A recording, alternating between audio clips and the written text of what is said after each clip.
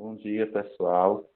Então, nós estamos aqui de volta, né, na disciplina de operação de equipamentos para a área, na qual nós estamos tratando ainda sobre o acondicionamento de amostras biológicas, né?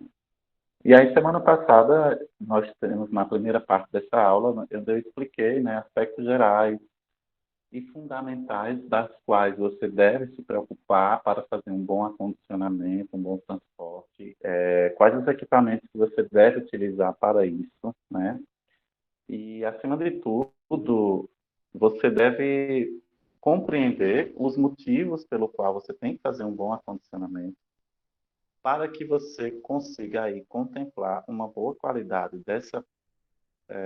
da preservação dessas amostras e, acima de tudo, também uma proteção individual e coletiva para que não haja nenhum tipo de contaminação, nem por parte de quem transporta, nem por parte dos envolvidos e muito menos também da contaminação da amostra. Então, esses processos de acondicionamento, eles obedecem protocolos que são estabelecidos, que são aprovados por órgãos de fiscalização. Eu não sei se vocês percebem, mas eu gosto muito dessas áreas burocráticas, né? Eu gosto dessas coisas. E cá entre nós, tá, gente? Das áreas de atuação, tanto de biomédico como de técnico, se você conseguir entrar na parte de fiscal, né? Não tem a parte fiscal, que você trabalha no órgão de fiscalização, você ganha muito mais dinheiro do que como analista, entendeu? Então, meu sonho é passar no concurso de fiscal de biomédico pelo CRBN. O salário, na época que eu ia fazer a prova, aí me deu uma raiva tão grande, é um desabafo. Porque não deu para eu fazer a prova na época, aconteceu um problema e eu tive que adiar. Você pagava R$ 19 para fazer a prova e se você passasse, também só era só uma vaga, né? Se você passasse, você ia ganhar R$ 6.000, só para ser fiscal biomédico, CRBN. Eu fiquei, isso, naquela época eu fiquei muito chateado porque eu não pude fazer a prova. Nem lembro o motivo, porque que não deu para eu ir, que a prova é em Recife, para biomedicina. Mas tem para fiscal de técnico de análise clínica e você também ganha muito bem. Então, assim, ganha muito bem você ser fiscal, entendeu? E aí é muito interessante, porque você só vai fazer o papel de auditoria. E fora que você ganha muitos benefícios. Esse salário é o salário base. Aí tem vários benefícios, você viaja, é tudo pago, as viagens, entendeu? Agora sim, tem que fazer só aquilo. Seu trabalho só vai ser aquele. Você não pode ter um, dois empregos mais. Não. Acabou. Só pode trabalhar naquilo. Mas é bom. E não trabalha e tem muita responsabilidade, mas o trabalho em si não é cansativo, não. Então, acondicionamento para transporte, né, que nós também debatemos sobre isso, que cada forma de transporte vai ter um método, até um protocolo de recebimento, né, tem todo um registro, toda aquela coisa. Então, a curta distância é rápido, de 1 hora para as coletas de exames de rotina, e a preparação prévia, você sempre checa os recipientes que estão danificados ou com vazamentos, recipientes secundários que são divisórios para manter amostras em pé e gelo reciclável, identificação da caixa recipiente com extremidades voltadas para cima, né, gente? Então, nós temos três modalidades, aliás, duas modalidades. Você pode utilizar a caixa de papelão descartável e a caixa hermética, que é a mais adequada, e sempre identificando com simbologia de material biológico infectante, né, que é esse símbolo que a gente conhece aí, como se fosse, na verdade é o símbolo padrão, né? É um caso de dano e o vazamento informa imediatamente as autoridades de saúde pública, é um aviso de advertência, né? E aí, como acondicionar, né? Organizar. E aí a gente tem os métodos, as formas como você acondiciona, quais os materiais que deve se utilizar e qual até o protocolo, né? Você tem que utilizar gelo, né? Aquele gelo especial que você já coloca no congelador, para manter a temperatura adequada de determinadas amostras que precisam ser refrigeradas. O plástico para deixar os tubos de ensaio mais protegidos e evitar também quebra e tirar o tubo e aquilo ali meio que, sei lá, vazar e até mesmo homogeneizar, no caso, aliás, hemolizar as amostras, se for no caso sanguíneo, né? Então, de forma a aproveitar o espaço, você tem que evitar essa agitação, porque quando o carro está em movimento, né, as coisas têm que estar bem juntinhas, mais protegidas. Você pode colocar aquele saco bolha, né, ou como se fosse aquele outro que é esponjoso, como se fosse uma espécie de isopor, mas não é isopor, esqueci o nome agora. E aí os espaços vazios têm que ser preenchidos com esse papel amassado ou plástico bolha, né? Extremidades para cima, evitar os vazamentos e o gelo reciclável em pé e em quantidade suficiente, melhor conservação de 4 a 25 graus Celsius. Ai. E aí as requisições em saco plásticos e separados da amostra e aí o acondicionamento à tampa. Então, precisa ter uma tampa do recipiente secundário, que deve estar sempre bem fechada, identificar a caixa com a natureza da amostra, o destinatário, remetente e o risco oferecido. E aí não esquecer de colocar a ficha de encaminhamento das amostras. E lembra que eu falei na semana passada que sem essa ficha, se você for parado numa estrada, né, por mais que você esteja ali com o seu crachá, não, eu sou cadastrado pela Anvisa, mas se você não está com a ficha, você não tem autorização. Então, ele pode entender que você está fazendo o quê? Um transporte clandestino, que pode ser até mesmo por algum fim ilícito, né? E aí a gente tem que observar tudo isso. Então, gente, não é somente uma burocracia chata que eu tenho que cumprir. Não é somente isso. É uma questão legal e de proteção para o serviço, para a população, para quem utiliza o serviço e principalmente para você que está executando o serviço, porque você tem que estar respaldado dentro dessas preliminares. Eu acho que saiu, não foi, gente, o slide? Mas que coisa. Saiu. Caramba, sem minha autorização, viu?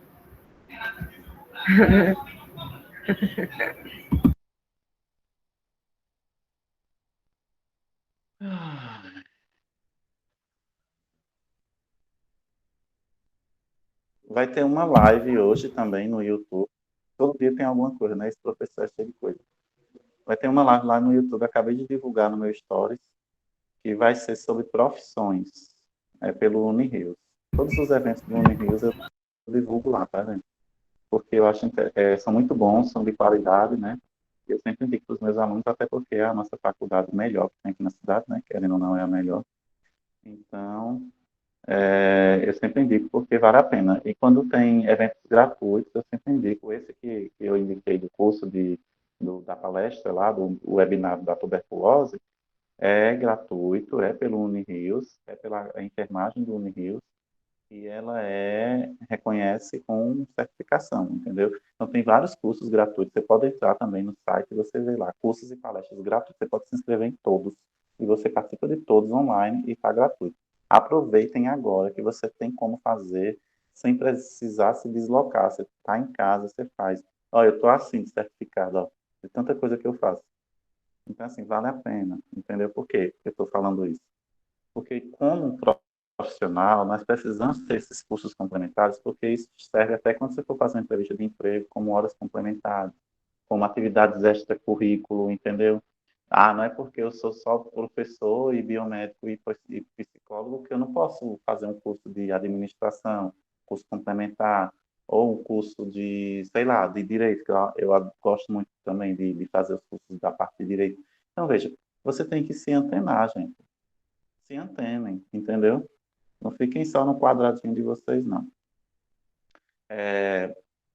Então, esse convidado ele é muito bom, eu acompanho ele no LinkedIn, ele tem umas ideias bem interessantes, tá? Para vocês que são jovens e ainda vão entrar ainda no mercado de trabalho, eu acho importante. Eu não vou conseguir assistir, talvez, mas ela fica gravada, aí mesmo assim eu acabo assistindo depois. Porque quando eu estou sem fazer nada, eu navego e fico o tempo todo na internet. Então, gente, as requisições de saco plástico, acho que eu já li essa parte, tá? E aí as amostras são acondicionadas quando são a curta distância, e aí o sangue total, o soro e o plasma, grandes quantidades na estante, dentro do recipiente secundário, pequenas quantidades têm que estar envolvidas no saco, obrigatoriamente. fezes e urina em corpo coletor, né? E aí eu lembro que eu falei sobre o empilhamento máximo de três amostras, né? Porque você sabe que ali pode ter um peso, né? Pode ter uma pressão e aí quebrar ou danificar a embalagem, o coletor em si. E aí direto para o e o recipiente secundário específico para cada amostra, né, gente? Porque nós não podemos misturar.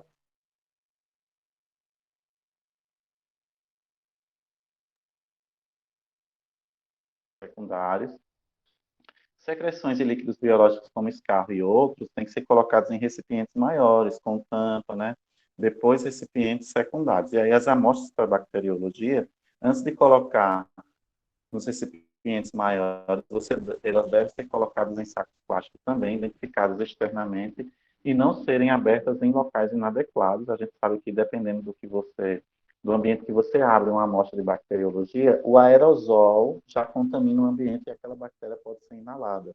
E aí gera doenças. Então, você não pode estar abrindo essas amostras em qualquer ambiente, até mesmo o saco, que o lacre que foi utilizado só na câmara naquelas capelas, né, adequadas que tem dentro do laboratório. O acondicionamento para transporte longa distância, marítima, né, que pode ocorrer, aérea ou terrestre de longa distância. Transportes para laboratórios clínicos de referência, que a gente citou os motivos, né, quando você vai necessitar transportar para um laboratório clínico de referência, entende? E aí, as amostras para exames mais sofisticados, como as técnicas de imunologia, que nem todo serviço faz. A gente sabe que imunologia é uma das áreas de análises clínicas na qual requer muito investimento financeiro, e aí alguns laboratórios não têm esse investimento, acaba sendo terceirizando o serviço, né? Análise de DNA, né? A gente sabe que é muito comum, nem todo serviço faz, até porque precisa de equipamento muito caro. Análises parasitológicas, microbiológicas não de rotina. Então, por exemplo, quando eu vou fazer, aí eu fiz uma urocultura. Aí nessa urocultura deu uma bactéria que eu não consigo identificar. Aí eu mando uma amostra para fazer uma nova cultura lá, e aí eles conseguem fazer a identificação correta daquela bactéria, porque essa bactéria, às vezes é necessário ter um sequenciamento, entendeu? Do DNA dessa bactéria, e aí você não tem um sequenciador ali para poder fazer a identificação correta, porque tem alguns micro-organismos que só fazendo a leitura do sequenciamento genético delas para poder identificar, porque pela morfologia às vezes não consegue. Dúvidas quanto ao resultado da análise também, né, gente? Então você acaba fazendo também uma terceirização e manda para um laboratório de referência, aí é necessário o transporte e todo o sistema de acondicionamento também. E a longa distância? Ah, tem um detalhe engraçado. Ontem foi o dia do beijo. Vocês sabiam disso? Sabiam ou não? Eu sabia. Eu sabia, Pronto. não. Se você Sabia de pegar que, uma. professor? Pode me pedir Se rapidinho, você. eu tava voando. Ontem foi o Desculpa. dia do beijo. Outro... Ontem Oh, foi o dia do coitado. beijo. Eu vou chorar aqui no canto de avó. Então. Mas o que eu quero falar sobre isso não é sobre o beijo em si, eu quero falar sobre a boca, né? Que é envolvida no beijo. Se você pegar uma placa de Petri com um meio de cultura apropriado para crescimento de estafilococcus, streptococcus, até mesmo Candida albicans, e você beijar aquela placa de Petri, no formato da boca onde beijou, nasce todas as culturas da nossa boca ali. Entendeu? A gente fez esse teste na época, quando eu estudava biomedicina, eu achei muito interessante, porque é uma coisa assim que você fica besta, como pode. E você pode ter acabado de higienizar a sua boca. Vai nascer alguma coisa, porque é natural, né? A nossa boca, ela tem bactérias, né? É tanto que a gente acorda de manhã e sabe muito bem como a gente acorda. Então é isso. Nossa boca é isso. Bactérias e micro-organismos. Só para lembrar, né? Então, a longa distância, a preparação de cuidados especiais, os sistemas de embalagens triplas, né, que eu lembro que eu falei também, e aí da interna, né, a da amostra, a intermediária, que é o saco plástico recipiente, e a externa, que é a caixa hermética ou de isopor. E aqui na figurinha está mostrando muito bem. Só a imagem já dá para compreender como é que é feito esse processo. Aí o sistema de embalagem ele deve obedecer às recomendações previstas nos regulamentos da International Air Transport Association, IATA, ou International Maritime Organization, IMO. Embalagens internas devem ser esterilizadas à prova de contaminação e não devem conter mais de 500 miligramas. Eu vou voltar esse slide aqui e eu gostaria que alguém desse um print maravilhoso e me marcasse lá, como a outra menina já fez na outra disciplina. Esse slide é bonito, sinceramente. Quando eu tô sem Instagram, professor, velho. Tu tá sem Instagram, é? Eu tô sem Instagram, O que poxa. aconteceu? Nada, eu me revoltei. Bloqueado lá, foi? Não, eu me revoltei e fui no Instagram. É por isso que eu lhe mando as coisas e você não vê. Eu também mandei. Diga aí, Eu não já mandei um percebi, monte não, de que você publicação tava pra sem. Alicia, até agora ela não respondeu. Mandei um vídeo. Desculpa. Alguém cancelou ela, gente. Sim, mas eu volto, eu Aí, já volto. tiraram Tadinha, o ela print. pior que ela não Tá vendo? contar. Pelo Volte. senhor, eu gosto tanto do dado do senhor que eu vou entrar no Instagram, vou postar e vou desativar de novo. Cadê? Pra tirar do quê? Aqui, ó. Já tiraram o print, galerinha. Tá aqui sorrindo Já. meia hora. Pronto. Beleza, eu vou passar. Já não E tô aí? sorrindo, foi a melhor coisa. Meia hora, assim, né? Embalagens internas, já falei, né? Dessa parte. E aí, a longa distância, a rotulagem de sinalização externa é a identificação do remetente, do transportador e do destinatário legalmente responsáveis. Indicação dos CPF e CNPJ, endereços completos, telefones de contato, identificação do material biológico transportado, frases com advertências, quando couber, e condições de conservação, sinalização do modo de sentido de abertura, contatos telefônicos para caso de acidente. Então, tudo isso tem que estar no rótulo dessa embalagem externa, sinalizando. Então, na caixa está mostrando ali, né, a seta para cima indica que aquela caixa não pode ser virada, e ali é onde vai ser a abertura. Então, a seta ela é obrigatória, não porque as pessoas não vão saber por onde abrir, mas porque é uma forma de dizer, nunca vira essa caixa. E também o selo de infectante. Aí você pode colocar aspectos do remetente.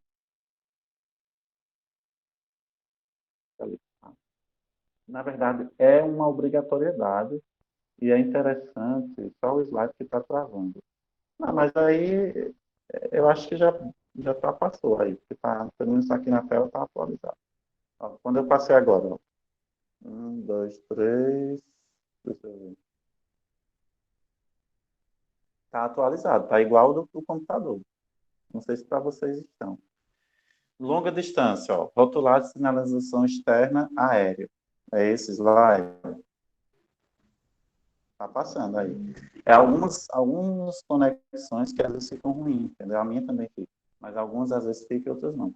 Colocar caixa de isopor em caixa de papelão identificada, classificar a amostra segundo as recomendações da Organização das Nações Unidas, né? Que é padrão, tudo isso é padrão. E aí você me pergunta, professor, por que eu tenho que utilizar as normas que a Organização das Nações Unidas recomenda? Porque em qualquer lugar do mundo, se sua caixinha de transporte se perder num navio, e aí qualquer lugar do mundo que a pessoa achar, ela vai saber que aquilo ali é um material biológico, que ela está bem identificada, mesmo que o idioma não seja igual, entende? A pessoa consegue saber, porque há uma identificação, né? Geralmente quem faz resgate marítimo tem todo um treinamento, né? Então, as recomendações da UN 2814 para micro-organismos patogênicos em seres humanos, em meio líquido e sólido, tem as recomendações. Tem as recomendações da UN 2900, que é para micro-organismos patogênicos em animais, então são códigos que você deve utilizar. Esses códigos, quando está lá na caixinha, código do UN 2814 quer dizer que tem uma bactéria, um micro-organismo ali, que causa doença em seres humanos. E no N 2900 causa doença em animal. E o N 3373 são espécies biológicas para diagnóstico, né? São as identificações. Vedar bem essa caixa de isopor. E sobre a tampa, eu não aguento não esses slides. Vai toda hora, velho. Coisa chata.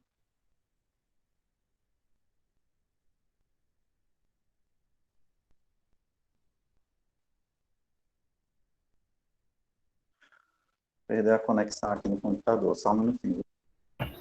Professor. Professor. Caroline! Eita! Peraí.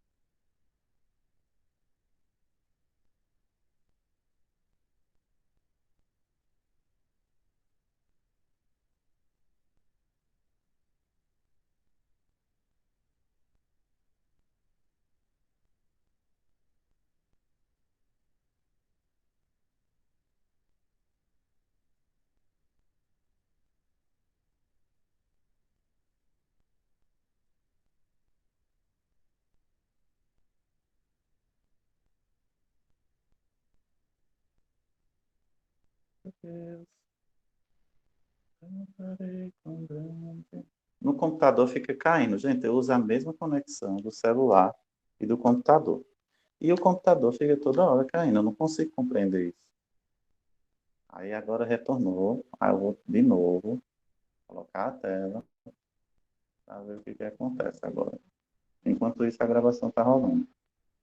Aí quem assiste a aula deve se acabar de rir. Depois.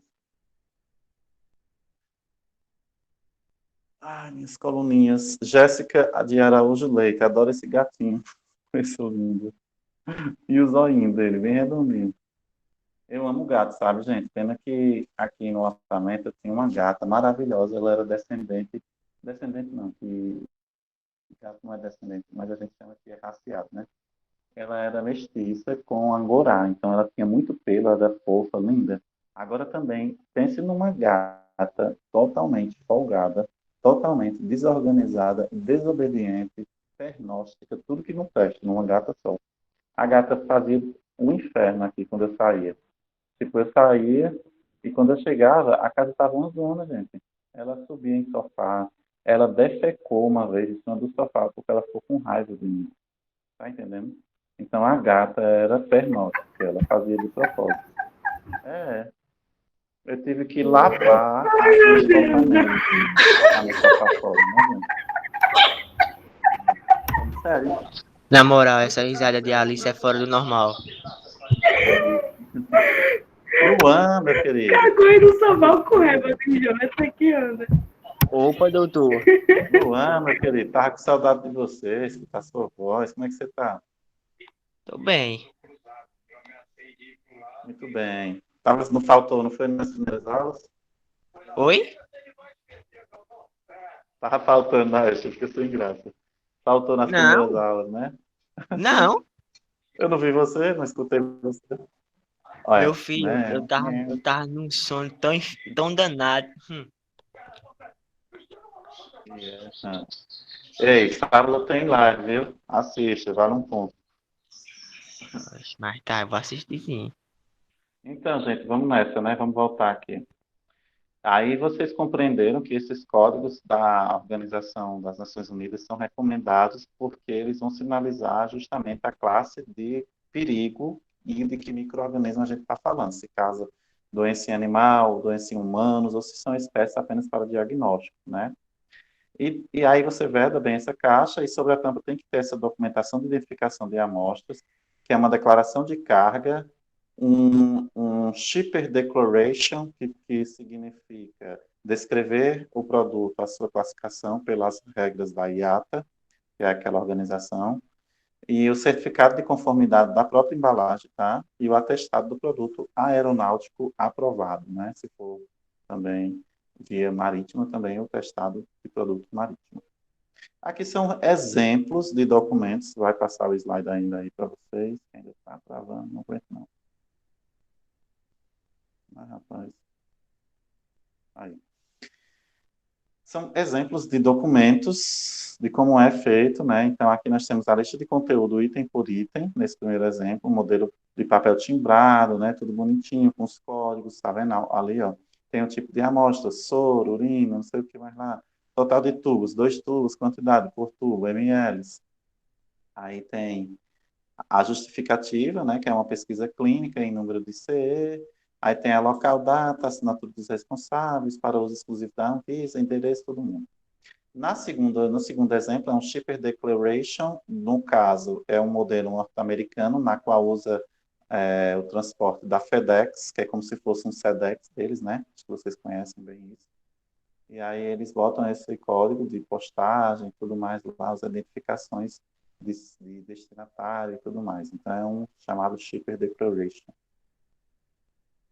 E aí, o acondicionamento em longa distância, ele, você pode utilizar o uso de gelo reciclável em menos 4 graus Celsius, né? Espaços vazios preenchidos sempre com plástico bolha, né? É o mais indicado, né? Ele é o próprio plástico bolha, ele tem uma característica que ele já vem esterilizado, né? Você compra também a versão esterilizada, tá? Porque tudo que vai dentro daquela caixa também tem que estar estéril. Você tem que ter contato com tudo que está na caixa também com a luva estéril, né? Não misturar tipos de amostras diferentes em um mesmo recipiente intermediário. Por exemplo, colocar urina com sangue não é recomendado, porque a urina geralmente ela tem uma facilidade de vazamento, né? E aí pode contaminar a amostra de sangue e vice-versa. Mas o sangue, o tubo é mais vedado, mas mesmo assim, se quebrar um tubo, já era tudo. Tudo que está lá dentro não pode ser utilizado. Assim, há riscos de transportes e acondicionamento, mas o principal risco ainda está na má organização da caixa. Porque aí, na hora que você tem um problema de chacoalhar com o transporte, se a caixa ela estiver bem organizada, com todas essas recomendações, o nível a possibilidade de se acontecer uma quebra de uma das amostras, uma embalagem, é muito mínima, entendeu? E aí as embalagens secundárias, né? Você precisa também estar sempre com a identificação, preocupado com essas etiquetas, com a marca, né? Com o formulário de carga perigosa. E a embalagem secundária sempre tem que estar com essas tampas vedadas, que é o chamado, acho que chama de embalagem secundária, que é o canister, onde você bota todas as coisas dentro, né? E ali veda. Por exemplo, vários tubos com sacos plásticos, plástico bolha e tudo mais, fecha, tampa, veda o canister, coloca vários canisters dentro da caixinha, todos envolvidos com saco também, para poder amarrar, e aí dá tudo certo.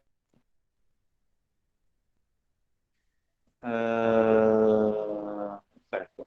Aí, ainda a longa distância, vai mudar o slide. Pronto. Acondicionamento de longa distância é o tempo de duração das amostras. Então, a caixa hermética, ela tem um tempo de 4 a 12 horas. Para a sorologia, é apenas 4 horas, mas ela consegue conservar outras amostras de 4 a 12 horas. Só o soro que é até 4 horas, tá? Porque o soro é mais sensível, ele perde propriedades, como a gente já sabe, né? E aí você sabe que para analisar o soro, se ele perder as propriedades, ele não serve mais, né? Então, a refrigeração é de 4 graus Celsius, o sangue total, soro e plasma, de 3 a 4 dias até. Imediato, por exemplo, o influenza A e B, a leptospirose, o adenovírus e a leishmaniose. Engraçado porque eu demorei tanto tempo para falar essa palavra certa, né? O nome desse parasita, eu chamava de leishmaniose. Assim, falam que pode falar, mas eu acho mais bonito falar leishmaniose. Eu demorei muito tempo na faculdade para poder aprender a falar essa palavra. E hoje em dia eu falo de maneira tão natural. É assim, né? A vida é assim. Urina e fezes, de 1 a 2 dias, que são as exceções, como a pesquisa de protozoários vivos. A bacteriologia em até 72 horas, você pode também, tá? Dependendo do meio de conservação. Então, a fresco é de 2 a 4 horas. Então, veja, não é porque a caixa ela é preparada para acondicionamento que ela serve no mesmo nível para todos os tipos de amostra, todo tipo de análise. Não. Ela vai servir até certo ponto, vai ter uma limitação para determinado tipo de amostra, né, para determinado tipo de micro-organismo.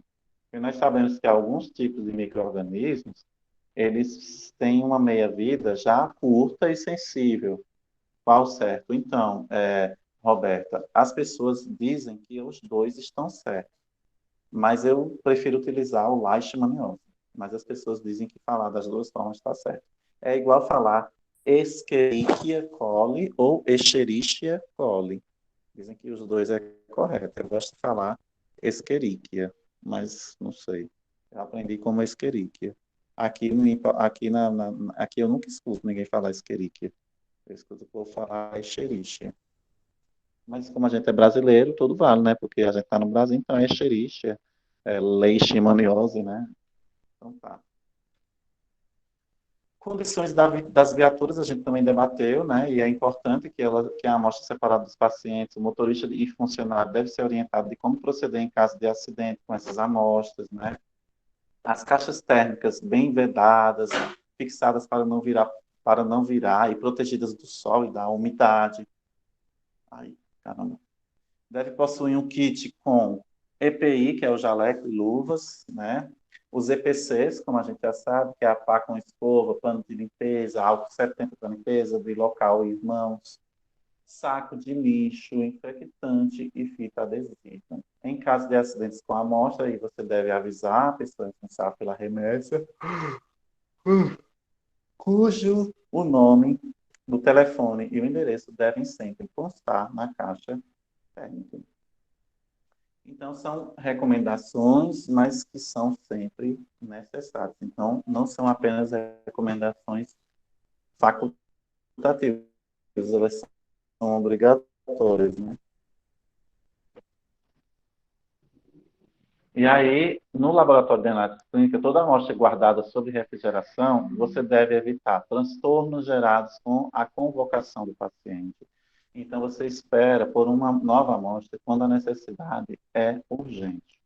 E aí, toda a amostra guardada sob refrigeração faz parte de um controle de qualidade também do laboratório de análise clínica. Então, o ISO 9001 fiscaliza e recomenda esses tipos de acondicionamento, transportes, e os laboratórios também, que tem uma associação que chama PALC, Acreditação Laboratorial, acho que eu falei isso nas aulas de gestão, não sei se vocês lembram. E aí a SBPC, né, que é a Sociedade Brasileira, né, de Patologia Clínica. Aí ele fala que o laboratório é acreditado ao nome, porque a internet do computador está me irritando, e aí faz parte da nossa aula esses embates. A tela some de vez em quando mesmo, porque está caindo aqui no computador, não sei o que está acontecendo. Que coisa. Já é a terceira vez hoje com isso.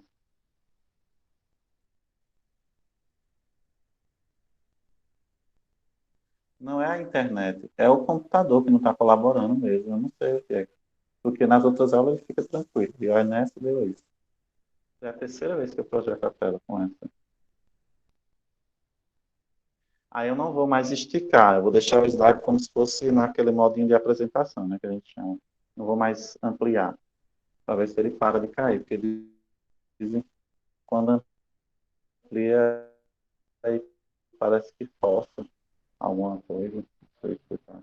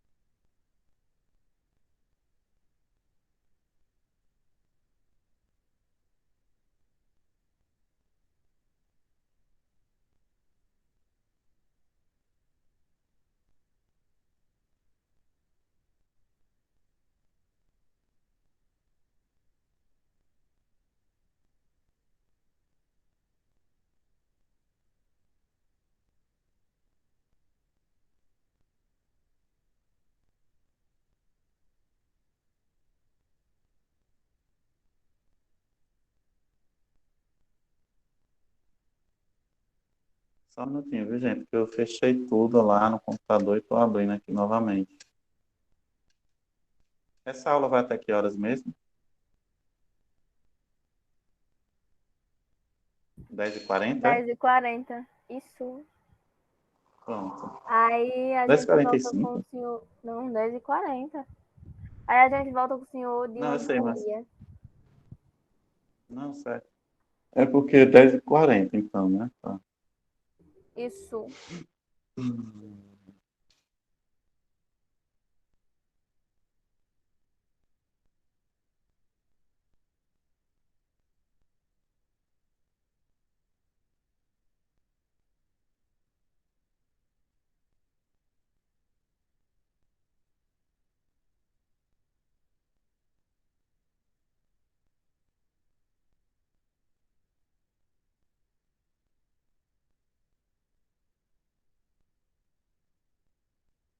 Eu acredito que logo, logo eu vou ter que mandar formatar notebook. Aí eu queria até que vocês me indicassem um profissional bom, barato, se vocês conhecessem. Logo, logo eu vou ter que mandar formatar. Tá muito pesado o sistema aqui. Assim começou essa onda de gravação de aula, aí eu tenho minhas gravações também de outras coisas. E várias coisas também guardadas no arquivo. Hum? Alguém falou alguma coisa aí.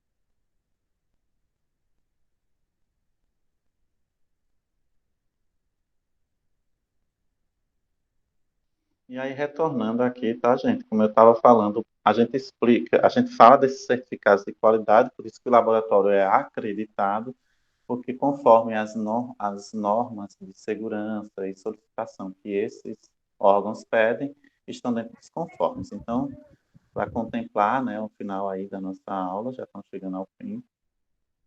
Tem. Aí, infelizmente, esses aqui estão meio desconfigurados. O acondicionamento após análise, que é a condição de refrigeração, que é 4 graus Celsius, ideal para a maioria de amostras. Congeladas, aumentar a validade, né?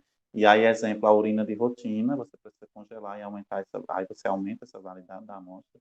E nunca congelar fezes, porque ocorre a morte dos parasitas, tá? Você não pode congelar fezes, então isso é uma pergunta de casca de banana de vestibular, de tudo, de Enem, ou de concursos específicos, né? Você já, isso aí é uma coisa que todo mundo sabe e às vezes pode esquecer, né? Nunca se congela fezes, tá, gente? Porque os parasitas e os ovos e as larvas morrem, tá? Então, as prateleiras em 7 do setor e a câmara fria aí, os exemplos, tá? Só para vocês verem. E o acondicionamento também, após análise, o tempo de vazamento varia conforme o tipo de análise, meio de conservante de amostra. Então, na hematologia de coagulação, são 5 dias. Na uranálise e na parasitologia, são de 2 dias. A bacteriologia é de até 3 dias em meio de conservação. A bioquímica é de 2 a 4 dias. A imunologia é apenas 2 dias, é muito pouco, porque é muito, muito sensível, né, os testes imunológicos e os resultados muito diferentes da normalidade, então nós precisamos sempre conservar, né, essa amostra de maneira adequada. Então, depois de tudo isso, fez a conservação, passou esses dias, não adianta mais guardar, pode descartar, porque ela não serve mais. Passou desses dias aí é igual pão, pão mofado, você tem que jogar.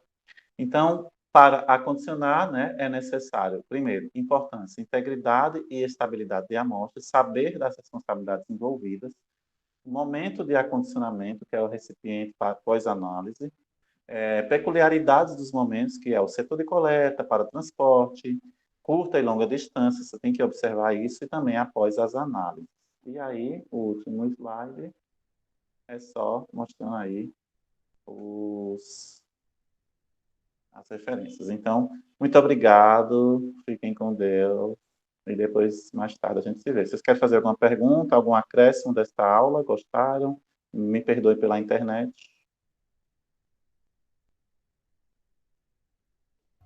Foi bom, foi ótimo. Dá para entender, né? É porque quando cai a internet, a gente fica meio bagunçado, desorganizado, mas dá para entender. Então é isso, gente. Semana que vem eu vou postar. Infelizmente, está feia a aula, toda bagunçada, mas eu vou ter que postar.